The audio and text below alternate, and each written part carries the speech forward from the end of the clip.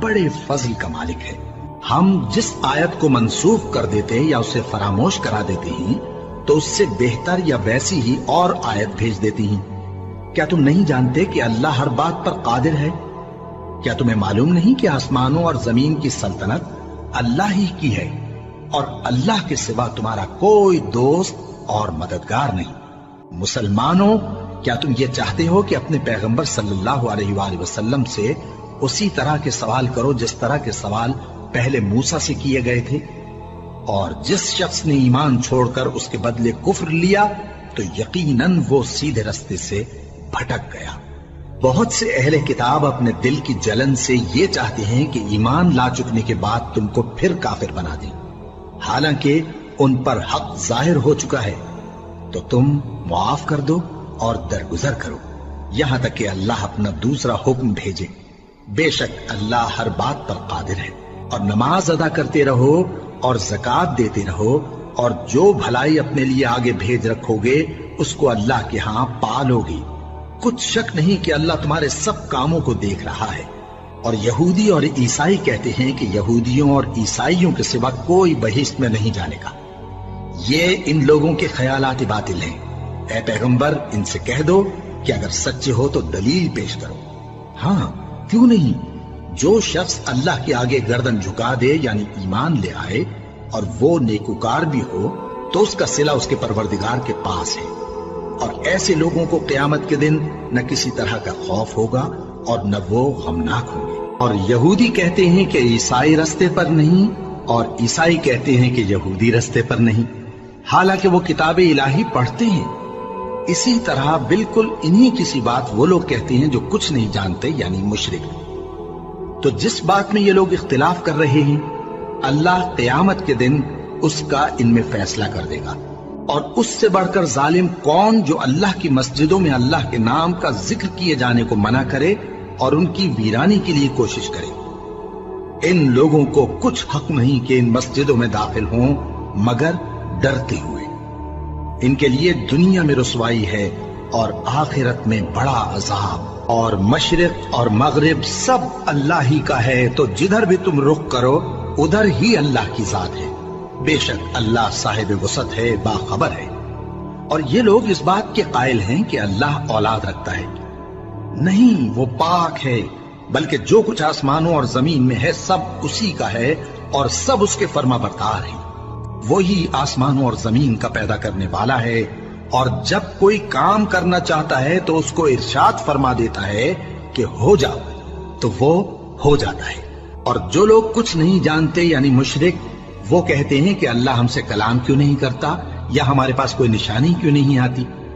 اسی طرح جو لوگ ان سے پہلے تھے وہ بھی انہی کسی باتیں کیا کرتے تھے۔ ان لوگوں کے دل آپس میں ملتے جلتے ہیں۔ جو لوگ صاحب یقین ہیں ان کے سمجھانے کے لیے ہم نے نشانیاں بیان کر دی ہیں۔ اے پیغمبر، ہم نے تم کو سچائی کے ساتھ خوشخبری سنانے والا اور ڈرانے والا بنا کر بھیجا ہے۔ اور اہل دوزخ کے بارے میں تم سے کچھ پرسش نہیں ہوگی، اور تم سے نہ تو یہودی کبھی خوش ہوں گے اور نہ عیسائی، یہاں تک کہ ان کے مذہب کی پیروی اختیار کر لو۔ ان سے کہہ دو کہ اللہ کی ہدایت یعنی دین اسلام ہی ہدایت ہے۔ اور اے پیغمبر، اگر تم اپنے پاس علم یعنی وحی الہی کے آ جانے پر بھی ان کی خواہشوں پر چلو گے تو تم کو اللہ کی پکڑ سے بچانے والا نہ کوئی دوست ہوگا نہ کوئی مددگار۔ جن لوگوں کو ہم نے کتاب عنایت کی ہے وہ اس کو ایسا پڑھتے ہیں جیسا اس کے پڑھنے کا حق ہے، یہی لوگ اس پر ایمان رکھتے ہیں، اور جو اس کو نہیں مانتے وہی خسارہ پانے والے ہیں۔ اے بنی اسرائیل، میرے وہ احسان یاد کرو جو میں نے تم پر کیے، اور یہ کہ میں نے تم کو اہل عالم پر فضیلت بخشی۔